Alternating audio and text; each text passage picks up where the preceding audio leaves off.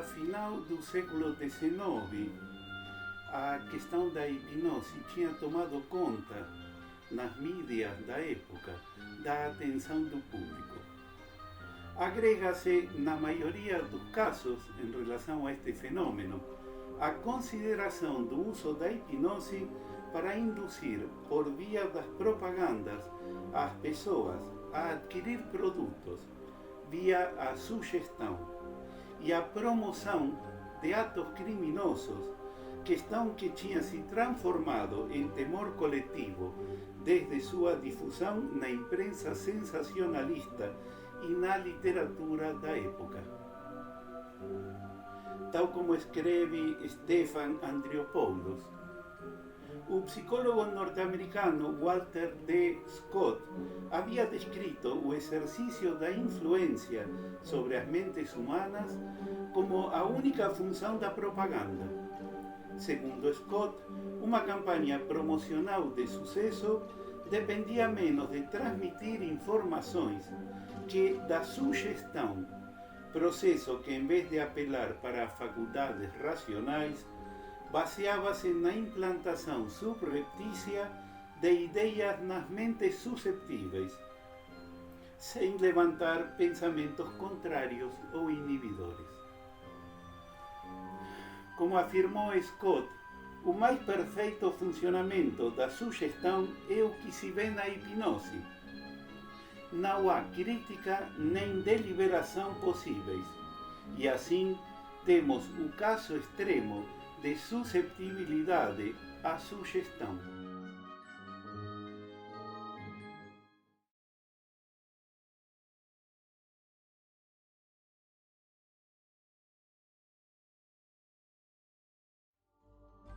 Nessa conceituação da propaganda, Scott invocou as teorias médicas do hipnotismo e da sugestão, tal como tinham sido desenvolvidas por Hippolyte Bernheim e pela Escola de Nancy. As ideias de Hippolyte Bernheim sobre a hipnose, que orbitavam ao redor da noção da sugestão como uma característica psicológica inerente ao ser humano e sustentado em certa credibilidade, um poder que a palavra de um outro podia exercer sobre o indivíduo, pensados como um fenômeno de ordem psicológica, a diferença do sustentado por Charcot, na mesma época, também na França, baseado, neste segundo autor, em uma espécie de predisposição do sistema nervoso. Nos estertores do século XIX, a hipnose não só se ligava aos propósitos da propaganda, senão que forneceu à imprensa sensacionalista um tema que despertou uma onda de pânico nas populações devido à convicção de que sob hipnose um indivíduo poderia ser induzido a cometer variados crimes, do roubo ao assassinato.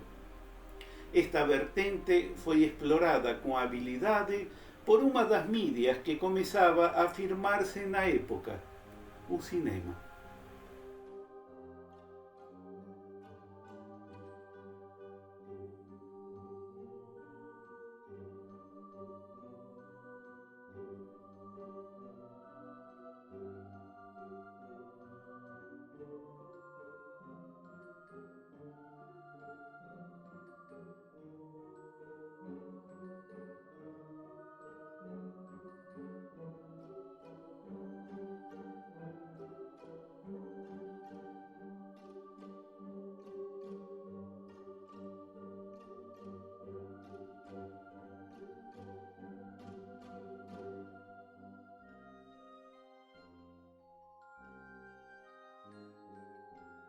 Trilby, Lorenzo Carcaviglia Puey escreve: no romance de Du Maurier, Trilby, que é además do nome do livro o da protagonista, sob o olhar de Svengali, pensa seus pensamentos e deseja seus desejos, e o ama sob suas ordens com um amor estranho, irreal, artificial.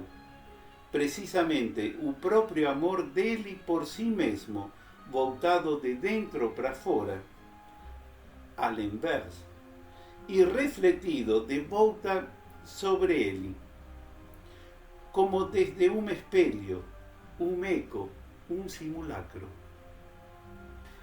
Trilby, continua Carcavilha Puey, é, ao igual que o monstro de Frankenstein, um engenho mecânico, uma máquina de cantar, um instrumento musical, uma flexível flauta de carne e osso, só a voz inconsciente com a que Svengali cantava.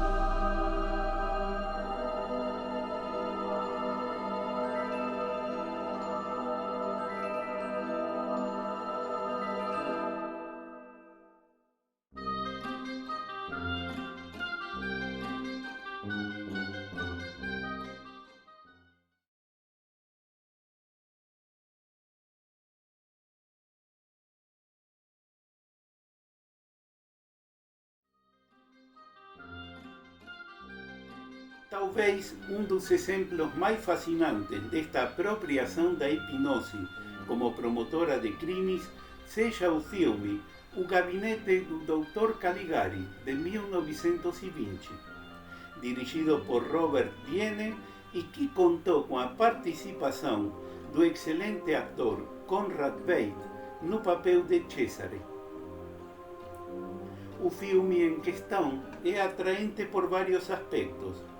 O visual dos cenários lembram uma pintura expressionista, termo utilizado pela primeira vez pelo pintor francês Julien Auguste Hervé, que usou a palavra expressionisme para designar uma série de quadros apresentados no Salão dos Independentes de Paris em 1901, assumindo a sua diferença em relação ao impressionismo, que acentua o dramatismo e o caráter onírico do relato apresentado.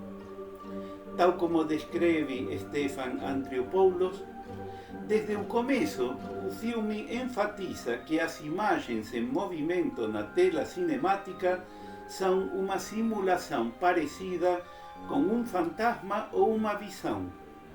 Além disso, a trama interna é marcada como narração, pouco confiável, de Francis, que é protagonista de sua própria história. O pronunciado artificialismo do cenário, em que se desdobram as cenas e a trama interna, solapa as convenções realistas. Sombras pintadas, janelas em forma de punhal, um céu pálido contra o qual se erguem árvores desnudas.